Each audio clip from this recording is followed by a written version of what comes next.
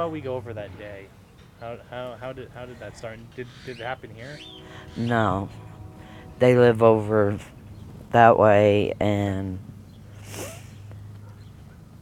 the father was supposed to go shooting with some friends. Well, it got canceled, and he was going to buy the kids dinner and take with them. So he just ended up setting the gun on the table and fixing them something to eat real quick, and then he was going to put it up. Well, the kids were fighting and everything, so he sat there with the kids and didn't think nothing of it. He's right there, and then he fell asleep. He works 40 to 50 hours a week. He's a single parent, and it was just like an accident. I mean, totally, because if he hadn't have fallen asleep, it wouldn't have happened, because he'd been awake to put it up. And what was the situation like after? Very, what do I want to say?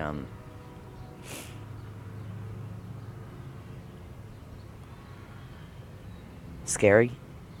All I heard on the phone was shot. And I hung up, took off, got to the house, and I'm like, I'm sorry about that. where are my grandchildren? I want my grandchildren. I understand you have him in a cop car. Where I want my grandchildren. What happened? And they wouldn't tell me nothing. They told me my grandson was in the ambulance and my granddaughter was in another police car. And I was like, give me my granddaughter. First, I tried to go to my grandson, and they seemed fit that that wasn't going to happen. And then I started towards my granddaughter, and they seemed fit that it wasn't going to happen. I just collapsed on the curb, and I'm like, somebody tell me something. I know now who's hurt, but how bad is it? Where did it happen at? And nobody would tell me nothing. And then I found out that she was with CPS, a CPS caseworker, and that scared me even more, because then I thought, well, not on top of it, we're not only going to lose one, but we may lose two. And When you arrived on scene and nobody would give you any information, how did that make you feel? very tore up, very mad, very angry. Matter of fact, I didn't even realize myself I was hyperventilating. The fire department people caught it. They set me on the bumper of their truck and was offering me oxygen and everything. I mean, there for a minute, I just quit breathing. I didn't want to breathe no more. You just felt powerless, Yeah, like there was nothing I could do. And then when we got to the hospital, they still wouldn't let us see him. They were, of course, ended up rushing him into emergency surgery. And afterwards, they still wouldn't let us see him for a long time. So, not knowing, not seeing, it was, I didn't know for sure where the injury exactly was. I just knew it was in the head. And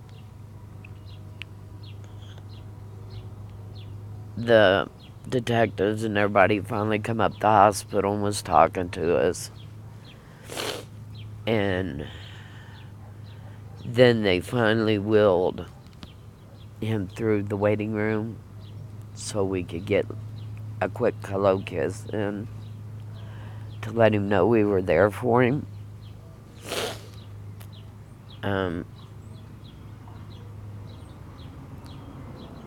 most of us, all of us, was taking turns being up at the hospital. The father, has not left his side. I mean, yeah, he might run outside to go smoke a cigarette, but he doesn't even leave the premises like you're supposed to. Yeah. He has been with him 100% of the time. And he was over at Northwest BSA. Even now that ever since he's even been in Lubbock, he has not left his side. Now the daughter, where's the daughter been this Um, time? I can ask that. my daughter keeps her during the week because it's easier for her to get up and get mobile at 6 o'clock in the morning than it is me. And on Thursdays, I go pick her up from school and I keep her the weekend. And it also, her being at my daughter's also gives her someone to play with. She's got a cousin there. So it's kind of like we share the responsibility of her. Her pictures came due to be taken. My daughter paid for them. Didn't even tell the father. And matter of fact, until he sees this video, I don't know that he's even knows the pictures have been taken. And there are several teachers that the children have had. They go see him every weekend because he's just an amazing little boy. He sounds absolutely amazing. I mean, I have 7 grandkids, don't get me wrong. I love each and every one of them. This has made me realize even more. I've lived by that. Don't let them leave without a hug and a kiss and I love you. Well, sometimes they're lucky if they get by with 2 hugs and kisses and I love yous. Because it's the truth. You never know when you're going to see them again. No, I 100% agree. And, I mean, as the time has progressed and he has progressed, it has eased a lot off my mind.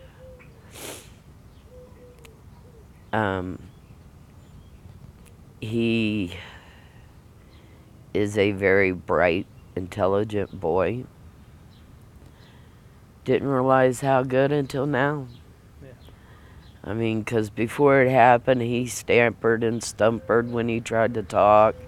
He would talk, his mind moved so fast, his mouth couldn't stay caught up with him. I can relate. Yeah, sound familiar? So it's like, okay, now I understand him. I think the Mickey button slowed him down because even when he was talking before that, it was like his brain was moving faster than his mouth.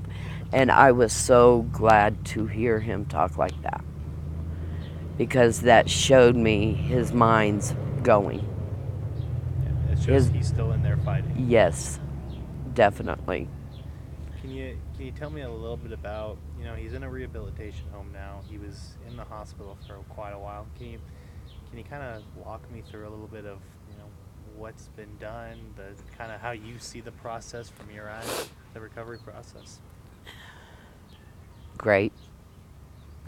I really think that the doctors and the nurses have done a really good job on getting him through all this, and of course himself, but I know if it wouldn't be for the doctors and the nurses helping with everything.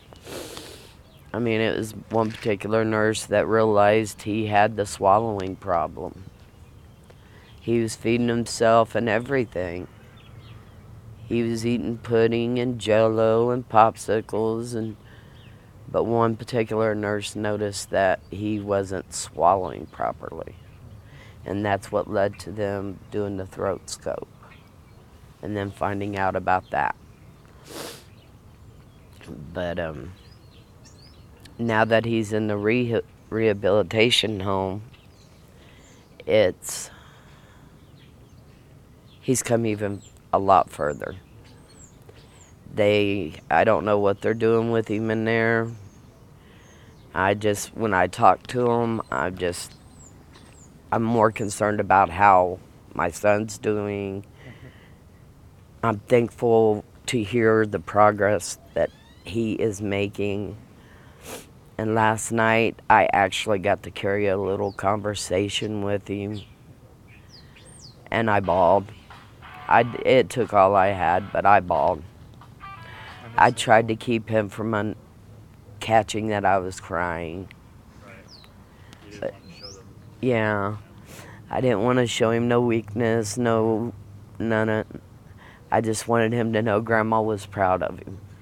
The way he has worked at everything, the way he has progressed, the way that he's let everybody do things that he's let them do. I mean, 'cause he could have been a little stinker and fought them tooth and nail and all this and that. He follows through right with them when they tell him to do something. Last night I heard his dad tell him, "Set yourself up, son. You can't stay bent over like that." And that's when I found out he was setting himself up. Mm-hmm. That was his dad's way, I guess, of letting me know that Right. he was. And how's the dad been instrumental? As you said, he hasn't left his side. How's the dad taking all this? What's I know he's It's remorseful. killing him. It's killing him. It really is. He prays every day. He wishes it could be him in his place. And I mean, the dad is, I don't know how to explain it. He's not a very emotional person. He really isn't. But since this has happened, I've seen a lot of emotion coming out of the father. A whole lot. And maybe it was an eye opener in a lot of different ways. Maybe it'll show him that he needs to be a little more affectionate, a little more attentive. But when it comes to his kids, he's very possessive. I mean, even if his own dog that you seen Mm-hmm. even looked at him the wrong way, the dog got a spanking. Really. I mean, and that is my granddaughter's dog. Mm-hmm. She has been raised. They've had that dog, got him when he was a puppy, same time she was born. So they grew up side by side. Yeah. And you can tell it, 'cause she tells that dog what to do and he jumps. I He's a tell good him what to boy. do and he looks at me like, uh-huh. Yeah. Yeah. And so my main purpose, now that I've comprehended he's going to be okay, he's going to pull through this, okay, we've got to have that baby a home to come home to. And so I started the GoFundMe account, and one of our aunts paid 1 month's rent, which was April's. And I'm fighting to get the money for May's. Utilities, I'm not even worried about. We can deal with that when they come home. But as for actually having a house, I want CPS to be able to see that he has a home to come home to. So, but it's just that comfort I know he needs in the back of his heart and mind. Mm-hmm. He needs to know. And Yeah. you're trying to raise awareness just for situations like this in general. Guns. You were telling me a little bit. Guns are something that need to be watched over, and it was an accident, but just this. You know, I have thought about it so much, and everybody's complaint. Why didn't he put that gun up? Why didn't he put that gun up? 'Cause he planned on going and shooting. And it was a last minute, fast decision. Just feed the kids, get them fed, get them ready for bed, and put them to bed. Okay, it doesn't matter if a gun's put up or not. It could be in the very tip top of your closet, And I'm A1 number one to verify. My grandchildren are monkeys. Every one of them. Especially his children. It doesn't matter where it's at. They can always figure out a way to climb up and get it. What I want to enforce is everybody to please, if you own a gun, put a trigger lock on it. Because that right there, if he would have done that, that would have stopped the whole thing. Because, yeah, he would have found the gun, but with the trigger lock on it, he couldn't have shot it. And my son had just gotten a gun. And that's why him and his friends were going to go shoot. And a couple of them had just gotten guns. And he intended on getting the lockbox, the trigger lock and everything. To me, it's buy the trigger lock before you buy the gun. Have it ready and waiting. And this was a 45. I'm not a huge gun Magnum. guy. 45 Magnum. Okay. Yes. Got it. And it was point blank range. You could see pretty much the imprint of the barrel on his forehead. And it made his face look pretty bad there for a while, but now all it is a little scab right there where the bullet entered. I don't know what to say, but it's like a miracle. I saw the photos you sent me last night, some of the earlier ones, and then you can see kind of the progression and where they're at now, and it's absolutely remarkable. It takes my breath away, man. If you go on the GoFundMe app that I have, it shows from when it originally happened to the point of, I believe the last photo I posted was 2 weeks ago. And then I have a couple that you sent me as well. And I mean,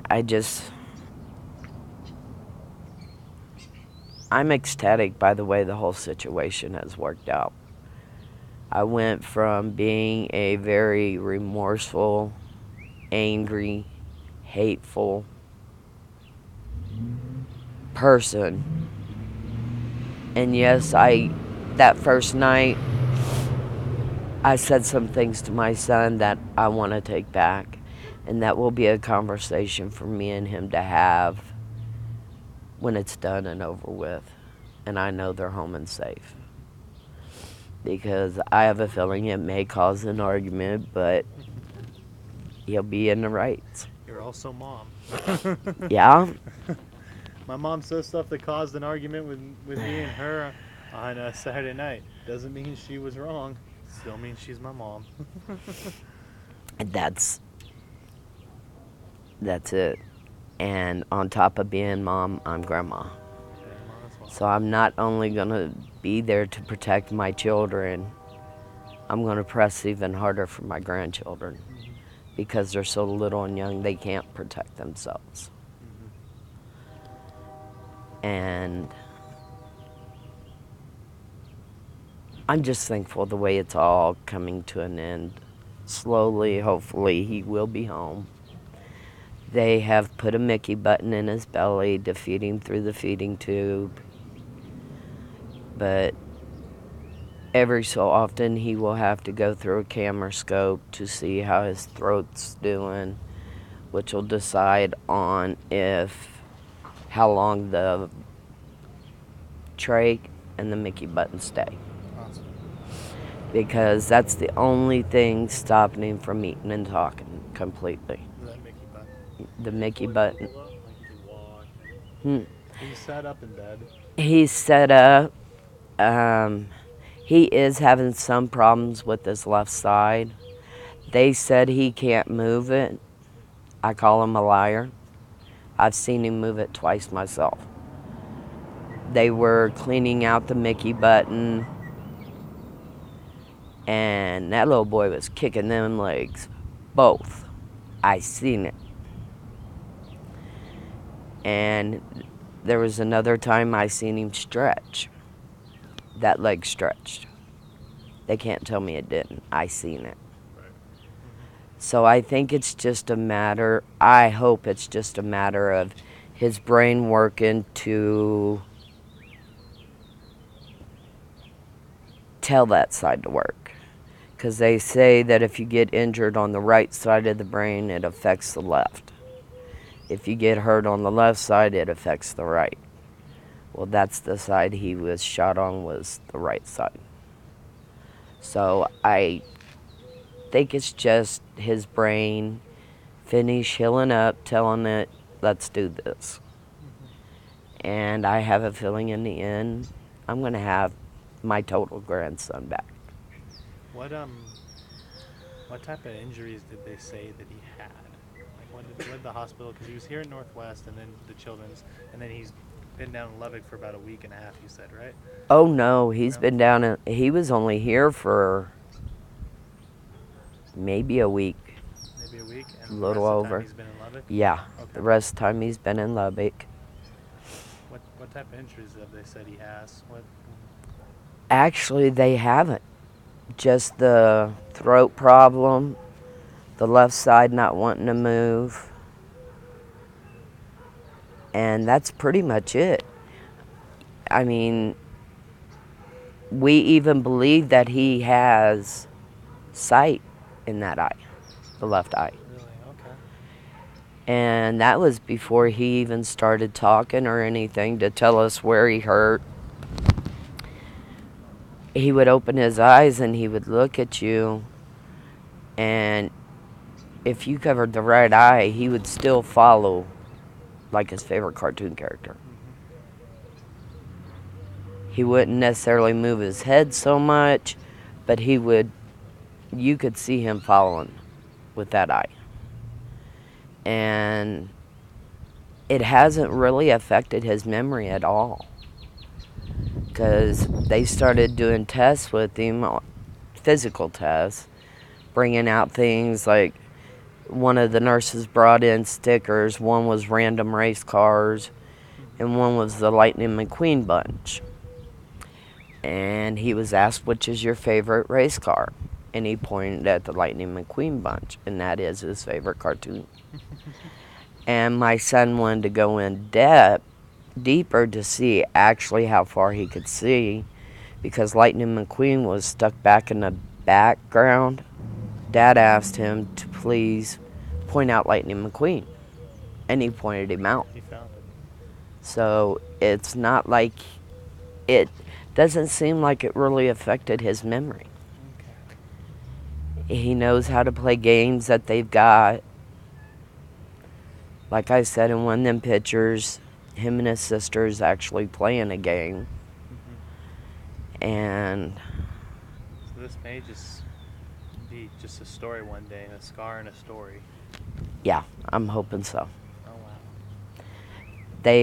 In the initial beginning, they had to remove part of the skull because of the swelling, but the skull is back, and everything's going great now. He is starting to progress a lot more quicker than what he was. That has started it in the last week. But when I talked to my son last, he told me that he's still got a long ways to go, and that they're probably still going to be there at least another month and a half. And that's why I just want to get his rent paid so he doesn't lose this house. And this is raising the money for the son's house. Yes. Correct. And also any incidentals, Any anything that people would like. any to donate, lawyers or anything that he may need after he comes home. medical bills. Yeah. Anything that they're going to have to pay for is what I'm trying to raise the money for. I mean, on the fundraiser, I have not I need $10,000.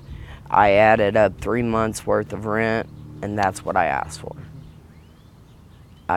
I know in the end he's going to need more than that, but I don't want to be greedy. I'm not a greedy person. I just want to try and get him home and get him back to work and keep his house. And that's what we're here to have a conversation for. And possibly any lawyer fees he may need. That's what we're here to help with. We're here to help tell his story, raise the awareness, and hopefully generate some funds for you guys, so that you guys can hopefully get back to a normal life once he comes back. Yes. It's all a memory, and hopefully one day a funny story. And hate to say it like this, but hopefully one day he can go, I got shot in the head and lived. Hopefully it's a Yes. story that he can tell kind of with some pride. It is. Drew, what do you think? I believe we've kind of gone over everything. It Penny. really does touch about everything. Is there just like a summary or just like one last thing you'd like to say about the situation? Something you'd like Just- to let the public know? Just please, if you own a gun or you're gonna get one, get a trigger lock first.